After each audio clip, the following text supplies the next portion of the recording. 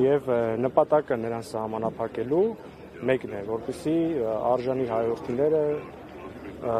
եւ եկեղեցուն սատարող մարդիկ խուսափեն այլևս հանրային կերպով պաշտպանելու հայ առաքելական Սուրբ եկեղեցուն, իսկ այդ նպատակը մինչ օրս բավարարված չէ։ Բնականաբար համոզմունք ունեմ, որ երբևէ չէ բավարարվի, որովհետեւ նույնիսկ ամենակոշտ ճնշումները չեն կարող հավատավոր հայ ժողովրդի զավակներին հետ պահել եկեղեցու պաշտպանության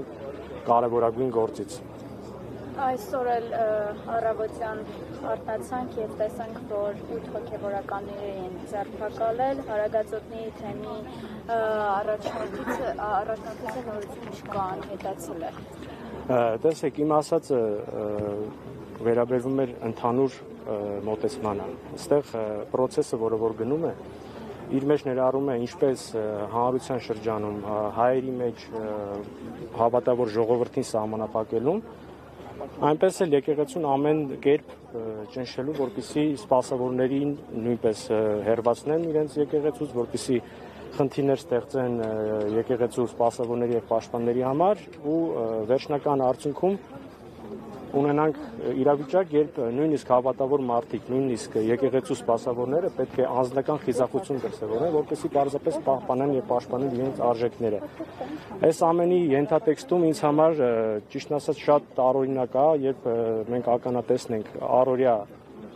գրոհումների եկեղեցու նկատմամբ, այսպիսի քաղաքական ճնշումների եւ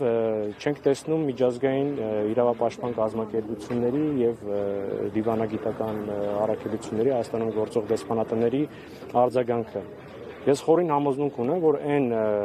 մոտեցումները եւ այն գործելավոճը, որը որ այսօր որդեգրել է մեր օրվա իշխանությունը, բացարձակապես համահունչ չէ վերջիններիս արժեհամակարգի հետ։ Եվ ակնկալում ենք, որ գնահատական կլինի մեր արտաքին գործընկերների, այստեղ գործող դեսպանատների,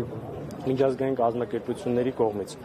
Վերջիվերջո Հայաստանն էլ պետք է դառնա այնպիսի երկիր, որ երբ որ մենք էլ ականատես լինենք որևէ այլ երկրում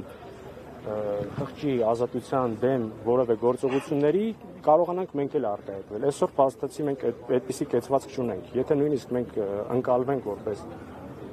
ընկալվենք որպես բարձր ձայն, բարձր խոսք ունեցող երկիր արտաքին աշխարհի համար, միևնույն է, այնպիսի իրավիճակում ենք գտնվում, որ նմանատիպ իրավախախտումներ, որպեսզի ինչպիսիք Հայաստանում են կատարվում, ականատես լինելուց նույնիսկ որ ասում խոսելու տեղ չենք ունենում։ Հետևաբար ակնկալում ենք, որպեսզի միջազգային կազմակերպությունները, դեսպանները գնահատական տան